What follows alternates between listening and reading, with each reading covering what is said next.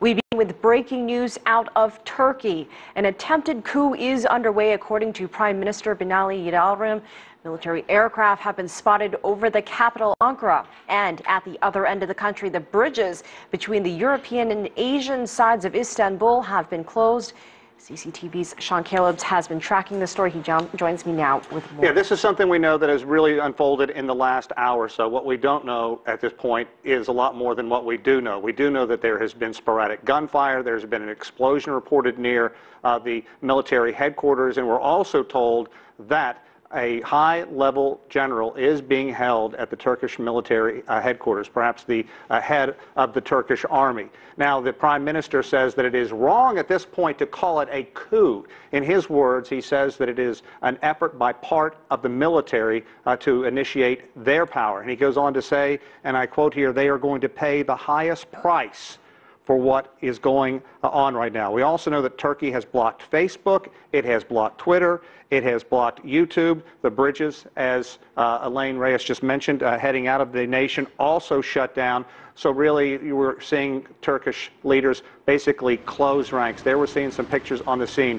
We do know that international tourists who are there have reported a great deal of activity. Seeing the everyday citizens begin looking at their phones. They're all glued to the TV. Turkish TV is reporting a bit about what is going on. In a situation like this, it is certainly normal that the government would try and take control of all the communications of the nation. Communication is going out. We know that near the military headquarters there have been low-flying jets throughout the day, heavy police and troop deployment in the streets of Turkey, also helicopters flying throughout the area as well. The Prime Minister, again, Binali Yildirim, says that it is, again, wrong to call it a coup, and he says that Turkey will not allow any initiative to interrupt democracy. We should note that President Erdogan, when he took power, said he was going to make Turkey the model of Muslim democracy, and has, in the early stages of his tenure, really ran or promoted a platform that said virtually no trouble with neighbors. But that has changed dramatically as we have seen ISIL move into the south in Syria, and also in the southeast portion of Turkey. Kurdish rebels have renewed their long-time fight against the Turkish government as well. Ankara, Turkey, very important to the United States as it works to lead the effort to drive ISIL out of Syria and out of Iraq. It's a longtime ally of the United States. It's going to be interesting to hear what comes out from the United States, the President of the United States, State Department, military leaders here as well. Recently, Erdogan moved from the typical presidential housing in the capital to an area further out, a much more palatial setting as well. And there are some concerns that he has reached out and made some kind of inkling that he was changing the model of government as well, from a democracy, if it's parliament, to a government that is geared towards presidential politics. So that certainly did not settle well with many of the residents there. He has seen his popularity plunge both within the nation and outside in the last months. But again, to talk about what is going on there, an attempted coup going on in Turkey.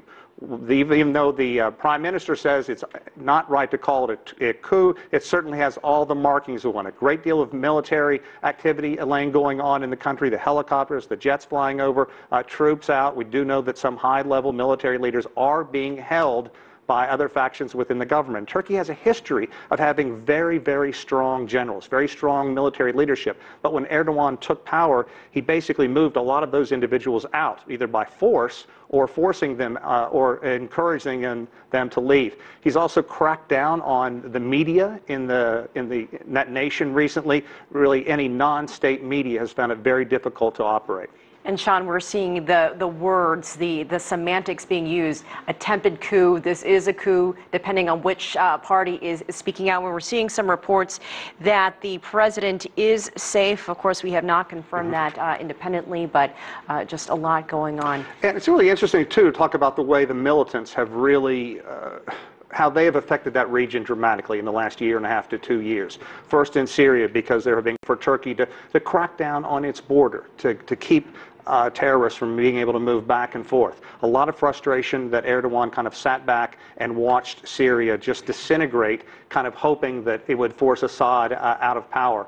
But coming home to roost is what a lot of his critics say, because now you're seeing that kind of militant attack, the attack at the airport recently that killed 42 people. A lot of people blame Erdogan's leadership on that as well. So a great deal of activity going on there. It's just, we've learned about this, about an hour and a half ago. So it's still a very breaking story. Exactly. It's very fluid. It's a very, it's late at night over there.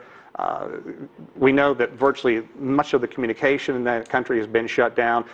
Everybody's glued to TV. They're watching state TV, trying to call it what they can.